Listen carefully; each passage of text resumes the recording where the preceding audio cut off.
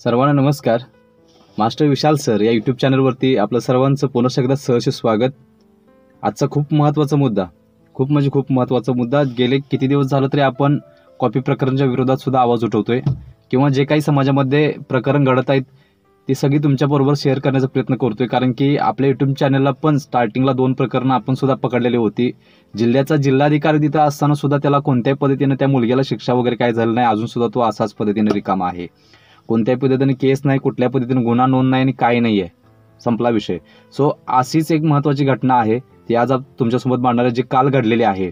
पूर्ण महाराष्ट्राचं लक्ष परत लागून राहिलं त्या घटनाकडे. मग आपण एवढे मोर्चे, धरणं आंदोलन आणि वेटिंगला पडतोय आणि सर्व काही हे पडण्याचं ते सुद्धा लय मोठं कारण आहे. इकडे जर तुम्ही दुर्लक्ष केला तर खरंच पुढचे दिवस एकदम वाईट असतील आणि आपण कायमस्वरूपी वेटिंगलाच पडून राहू. ह्या मुलांच्यामुळं आपण वेटिंगला पडतोय, ह्या अशा लोकांच्यामुळं आपण वेटिंगला पडतोय. सो याच्याविषयी कोणी आवाज उठवणार आहे का की असंच राहायचंय? नाहीये. कारण की जी कोणी मुलं वेटिंगला पडलेत त्यांनी ह्या कारणामुळं आणि वेगवेगळ्या कारणामुळे वेटिंगला पडलेले आहेत. आणि त्यात सुद्धा हे सुद्धा खूप महत्त्वाचं कारण आहे, ते म्हणजे पेपरफुटी प्रकरण. कुठल्या पेपरमध्ये, महाराष्ट्राच्या डिपार्टमेंटच्या कुठल्या पेपरमध्ये जिथं पेपरफुटी झालं नाही असं कुठलं प्रकरण आहे का? असं प्रकरण ऐकायला मिळालं का की ज्या पेपर सगळे एकदम सेफ झालेले आहेत, अगदी क्लिअर झालेले आहेत, असले कुठले प्रकरण आहेत का? नाही आहेत ना. एक ना एक प्रकरण आहे. सो कालचं जे प्रकरण घडलं लातूरमध्ये PWD मध्ये म्हणजे सार्वजनिक बांधकाम विभागामध्ये जे प्रकरण घडलं त्याचा आपला आज निषेध असेल. त्या निषेधासाठी हा व्हिडिओ असेल. कारण की आज एवढी मुलं मुंबईला जातात, नागपूरला जातात, परत मुंबईला जातात, परत नागपूरला जातात, कुठनं महाराष्ट्राच्या जिल्ह्यातनं जे तालुके माहीत नाही तिथून मुलं मुली आपल्या आयुष्याच्या भाकरीसाठी, आपल्या लढ्यासाठी एकत्र येतात. अक्षरशः त्याला किंमत पण कोण देत नाही. आणि ह्या ज्या प्रकरण आहेत त्यांना किंमत तुम्ही देताय. म्हणजे हे प्रकरण होऊ देत, लागू देत, काय लागायचे ते वशिल्यावरती, लागू देत काय लागायचे पेपरफुटी करून. आणि ह्या बिचाऱ्यांचं काय, ही जी मुलं आता बसलेत धरणं आंदोलन करून, काय याचं एक सुद्धा महत्वाचं प्रमुख कारण आहे. पण ह्याच्याकडे जर दुर्लक्ष करत असाल तर मग अवघड आहे. एवढं लक्षात ठेवायचं खूप आहे. लक्षात ठेवा, जे काही लातूरचं प्रकरण झालं त्या लातूरच्या प्रकरणावरती आज आवाज उठवणार, कशा पद्धतीनं प्रकरण झालं. आणि दुसरी गोष्ट, हा व्हिडिओ पूर्ण महाराष्ट्रभर शेअर करायला विसरू नका. जे खूप महत्त्वाचं आहे, खूप महत्त्वाचा व्हिडिओ आहे. जे काही लातूरला PWD म्हणजे सार्वजनिक बांधकाम विभागमध्ये जे काही पेपरफुटी प्रकरण झालं, कनिष्ठ अभियंताची पोस्ट होती आणि त्याच्यामध्ये जे काही प्रकरण झालं, पेपर चालू झाल्यानंतर बाकीचे कशा प्रोसेस झाल्या ते आता सांगणार आहे. चॅनलवर जे नवीन आहे त्यांना विनंती आहे की असंच जे काही प्रकरणं होतात त्याच्याविषयी आवाज उठवण्याचा प्रयत्न आपण करतोय. सो चॅनलला लाईक करायला विसरू नका. आणि ज्यांनी आज तागायत तुमच्या हक्कासाठी लढणाऱ्या चॅनलला सबस्क्राईब नाही केलं त्यांना कळकळीची विनंती की चॅनल सबस्क्राईब करायचं आहे. सो आपण कंटिन्यू चालू करूयात. जे काही लातूरमध्ये सार्वजनिक बांधकाम विभागमध्ये पेपरफुटी प्रकरणचा विषय आलेला आहे समोर, तो एकदम वेगळ्या पद्धतीनं आलेला आहे. आणि दुसरी गोष्ट की पेपर चालू झाल्यानंतर शेवटच्या 15-20 मिनिटांमध्ये जर एखादा TCS कंपनीचा तिथला अधिकारी जर त्या मुलग्याला डायरेक्टली जर एखादी कॉपी देऊन त्याच्यावरती प्रिंटेड सगळं जर उत्तर वगैरे असतील तर याला काय म्हणायचं? कारण TCSचे सगळे जे खालचे जे आहेत ना, सगळे घोटाळेबाजी आहेत. ज्यांना सिलेक्शन केलंय, जे पदवी आणि 12वीवरती आहेत, ज्यांना इन्व्हिजिलेटर म्हणून आपण समजतो, ते सुद्धा त्यांना कसं बिहेव करायचं क्लासमध्ये ते सुद्धा माहीत नाही. काही ठिकाणी मला मुलांनी हे कळवलंय वनरक्षकच्या वेळी, सर आम्ही पेपर देत असताना 5-6 जण आम्हाला एवढं चेकअप करत होते की आम्हाला जेलमध्ये गेल्यासारखं वाटत होतं. आणि आत गेल्यानंतर त्यांची एवढ्या गप्पा की आम्हाला पेपर सुद्धा सोडवता येत नव्हता. एवढ्या मोठा ते हसत होते, खेळत होते, एकमेकाला टाळ्या देत होते. अरे तुम्हाला तिथं इन्व्हिजिलेटर म्हणून उभा केलंय, तुमचं बिहेव कसं पाहिजे, तुमचे कर्तव्य काय पाहिजे तुम्हाला माहीत नसतील तर त्याला ऐकायचे तुम्ही नाही आहेत. लक्षात ठेवा. जर अशा प्रकरणामध्ये जर असं होत असेल तर मग हे प्रकरण खूप वेगळं आहे, याची नोंद घ्यायची आहे.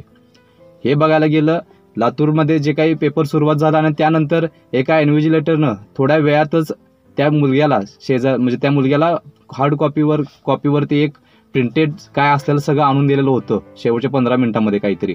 आणि दुसरी गोष्ट, त्याच्या शेजारच्या मुलग्याला त्याला कळालं, कारण की सुरुवातीला एकच रफ पेपर मिळतो सुरुवातीला. त्याच्यावर तो जास्त करून विद्यार्थी दुसरा रफ पेपर घेत नाही. कारण की एवढं मॅथ्स आणि एवढं रिझनिंग एवढं जास्त प्रमाणात नाही, काही डोक्यानं सोडण्यासारखे सुद्धा त्याच्यामध्ये गणित असतात. त्यामुळं आम्हाला माहिती आहे कशा पद्धतीनं होतं हे घटना सगळ्या. आणि शेवटच्या 15 मिनिटानंतर डायरेक्टली म्हणजे आपण जर रफ पेपर पाहिजे असेल तर इन्व्हिजिलेटरला सांगतोय की आपला रफ पेपर एक्स्ट्रा पाहिजे, हे न सांगता जर इन्व्हिजिलेटर जर आणून देत असेल रफ पेपर, तर याचा अर्थ काय, 100% घोटाळेबाज चालू आहे, लक्षात ठेवायचं.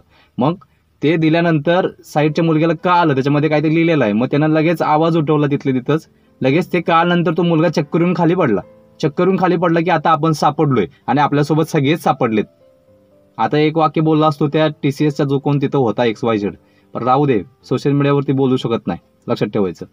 सो त्यांना आणून दिल्यानंतर तो सापडला मुलगा, त्याला चक्करून खाली पडली आणि त्याच्या जवळच्या मुलग्यानं तो जो कॉपी आहे ते दाखवली होती CCTV फुटेजमध्ये. हे बघा हे आहे म्हणून शेजारच्या मुलग्यानं हात करून दाखवलं होतं अशा पद्धतीनं, ही कॉपी आहे म्हणून.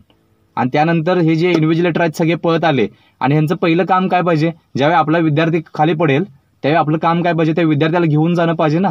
त्याला तिथंच ठेवलं आणि ती कॉपी आहे ती पळवून घेऊन गेलेत. पहिला ती कॉपी घेऊन गेलेत कारण की आपण सापडेन. तर अशा पद्धतीनं त्या मुलग्याला घेऊन न जाता पहिला ती जी काही कॉपी होती ती पहिला घेऊन गेलेत.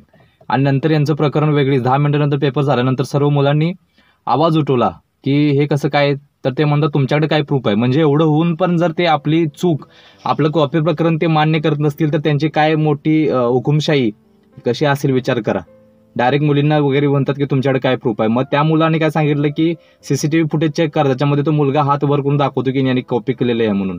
तरी पण काही त्यांनी दखल घेतली नाही. दुसरी गोष्ट, एवढी फी काय घेताय, 1000 रुपये फी घेताय कशाच्यावरती, सिक्युरिटीच्या भरोसावरती, सिक्युरिटीसाठी कारण सांगताय, बरोबर. तर कसली सिक्युरिटी, आत घेऊन जाताना तुम्ही नाटक करताय, हे चेक करतोय ते चेक करतोय, रुमाल गागून दाखव, पेन काढून दाखव, आतमध्ये काय आहे काय, खिशामध्ये कॉईन आहे काय, पाकिट आहे काय, हे आहे काय, बॉटल ट्रान्सपरंट पाहिजे म्हणे MPSC सारखं, हे पाहिजे ते पाहिजे.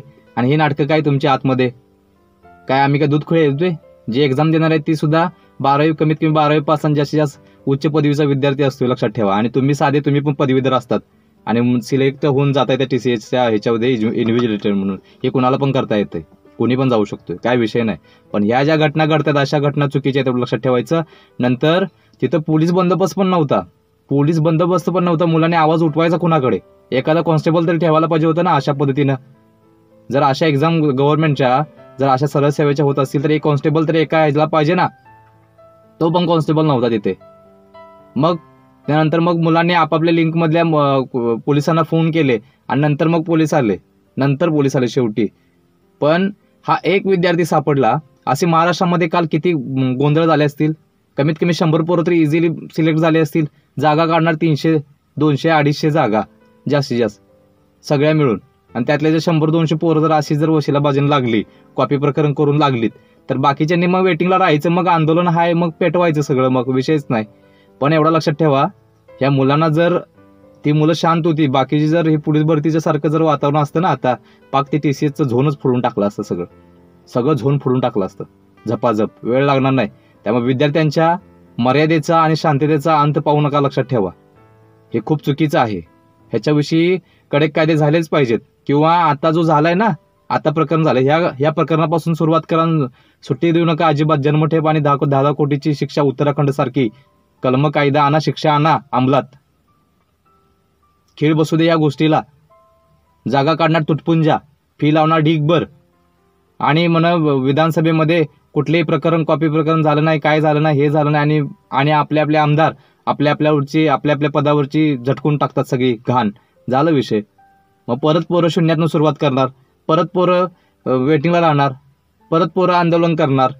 काय उपयोग आहे? आयुष्य निघून गेलं, वय निघून गेलं. आईबाबाच्या चेहऱ्यावर सुरकुत्या पडल्या, अक्षरशः शेतामध्ये जशा भेगा पडतात त्या पद्धतीनं. कुणी केला विचार? नाही केला विचार. आणि तुम्हाला भावनालेस आहात तुम्ही, तुमच्याकडे भावनाच नाही आहेत. जर अशी कोण मदत करत असतील तर ते बिचाऱ्या पोरांनी पाप काय केलंय पाप. आणि तुमच्याकडे जर असेच जर सेटिंग लावायचे असतील ना, तर बाकीचे आहेत प्रकरण तिकडे घुसा, इकडे येऊ नका तुम्ही अजिबात. TCS वाल्याने IBPS वाल्यांना सूचना आहे.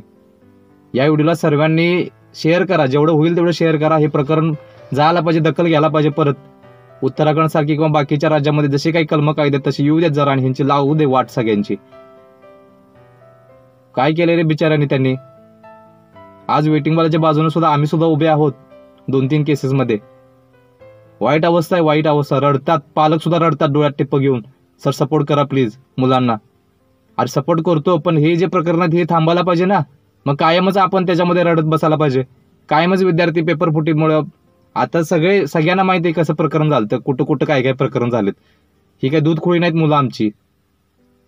कुणीतरी आवाज उठवायला पाहिजे, कडक कायदे यायला पाहिजेत, असे कायदे यायला पाहिजेत की विचार करायला पाहिजे. आणि सिक्युरिटी म्हणताय ते प्रायव्हेटवाले सिक्युरिटी आणून ठेवताय, प्रायव्हेट सिक्युरिटी असला रुबाब करतात की बघायला नको. पोरांना भीती घालतात, इन्व्हिजिलेटर पण भीती घालतात, असं करू नका तसं करू नका, वाकून बघितलं तर कॉपी होणार, तुम्हाला परत कधी एक्झाम देता येणार नाही. अरे वाग्या, मग तू जे प्रकरण हे केलास, कॉपी दिलास, तुला कुठली शिक्षा आहे रे महाराष्ट्र शासनाची? आता कोणती शिक्षा आहे तूच सांग. आता ज्याने मदत केली त्यांना प्रश्न आहे आपला. आणि दुसरी गोष्ट, एकदम लाजिरवाणी हे महाराष्ट्रामध्ये सगळं चाललेलं आहे, एकदम वाईट अवस्था चालू आहे. एक तर बेरोजगार आहेत, दुसरी गोष्ट शिकून पुढे काय नाही. एक आमदार खासदार म्हणतात की पीएचडी करून काय करणार आहे, पीएचडी करून काय दिवं लावणार. अरे काय भाषा तुमची काय भाषा म्हणायची? अरे तुम्ही तर स्वतः नवीन आपास. हे खूप चुकीचं आहे, लक्षात ठेवा. याच्याविषयी कडक कायदे व्हायलाच पाहिजे. आजचा आवाज हा त्याच्याविषयीच आहे. कुठलीही सिक्युरिटी नाही, कुठलंही काय नाही. बिचाऱ्यांनी प्रामाणिक प्रयत्न केले. त्या मुलांच्या आयुष्याची रांगोळी झालेली परत एकदा दिसून आलं महाराष्ट्रासोबत. ह्याच्या मागं सुद्धा मी कितीतरी व्हिडिओ बनवलेले आहेत. प्रत्येक प्रकरण कोर्टात जाते, प्रत्येक प्रकरणावर स्टे लागत आहे आणि मुलांचं वय निघून चाललंय. ज्या मुलांना मार्क चांगले आहेत, 200 पैकी 160-70 असतील समजा, त्यांना काय वाटणार, माझं होतंय. पण ह्याला जर पुढच्याला सेटिंग लावलेलं 162 जर पडले, 160 तुम्हाला असेल, 162 जर पडले तर तुमची सीट गेली ना. आणि 2-2 वर्ष निकाल पेंडिंग, 2-2 वर्ष निकाल पेंडिंग, वय निघून जाणार. मग लगेच आपली मागणी, वय वाढवून द्या. हा विषय टोटली वेगळा आहे. तुम्ही प्रत्येकच जे मूळ आहे त्याच्यावर खोडावरच घाव घाला पाहिजे, डायरेक्टली मुळावर आणि खोडावरती. झाड ते कोलमडून पडू दे. हे कॉपी प्रकरणाचं आपण तिथं चुकवलंय, आपण ह्याच्याविषयी काही बोलतच नाही. मग आपण कसं, हा चालते चालू दे. आणि शेवटी ज्यावेळी निकाल लागतील त्यावेळी सर मला मार्क ढीगभर पडलेले होते, पण कॉपी प्रकरणावरती आमच्यावरती ही वेळ आली. मान्य आहे. पण सुरुवातीला ज्यावेळी प्रकरण घडली त्यावेळी कोणी का आवाज उठवला नाही? कोणच काही करत नाही. कमीत कमी सोशल मीडियावरती तर आवाज उठवा प्रत्येकानं. जाऊ दे ना, महाराष्ट्रभर होऊ दे सगळं व्हायरल. आणि यांना कडक कायदे म्हणजे अंमलात आणण्याची गरज त्यांना वाटायला पाहिजे बाबा, की हे प्रकरण खूप वेगळ्या पद्धतीने चाललेत सगळे. कधी होणार आहे सांगा ह्याच्यावरती. आणि आपलं मत काय ते पण मांडायला विसरू नका. जर असल्या कनिष्ठ अभियंता प्रकरणामध्ये PWDला, सार्वजनिक बांधकाम विभाग सुद्धा, आणि तलाठी भरती, वनरक्षक भरती, आरोग्य विभाग भरती, अक्षरशः सगळ्या सीटा बुक्स होत्या आधी 19च्या भरतीला आरोग्य विभागामध्ये. वाट लावून टाकली अक्षरशः. त्यावेळेच्या मुलांची फी सुद्धा अजून सुद्धा परत व्हायला नाही. सर्व्हर डाऊन, हेअर डाऊन, परत केली. लगेच मंत्री म्हणते आम्ही सगळी फी परत केली. काय केली परत? मुलं रडत्यात अक्षरशः. आणि म्हणे एक वेळी असा काढला नियम की ज्या जिल्ह्यामध्ये तुम्ही फॉर्म भरला त्या जिल्ह्यामध्ये लिखित अर्ज द्या म्हण, मग तुम्हाला तुमचे 500 रुपये आणि 1000 रुपये परत मिळतील.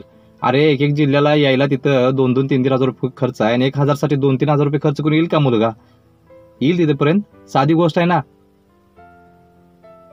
विचार करण्याची गोष्ट आहे.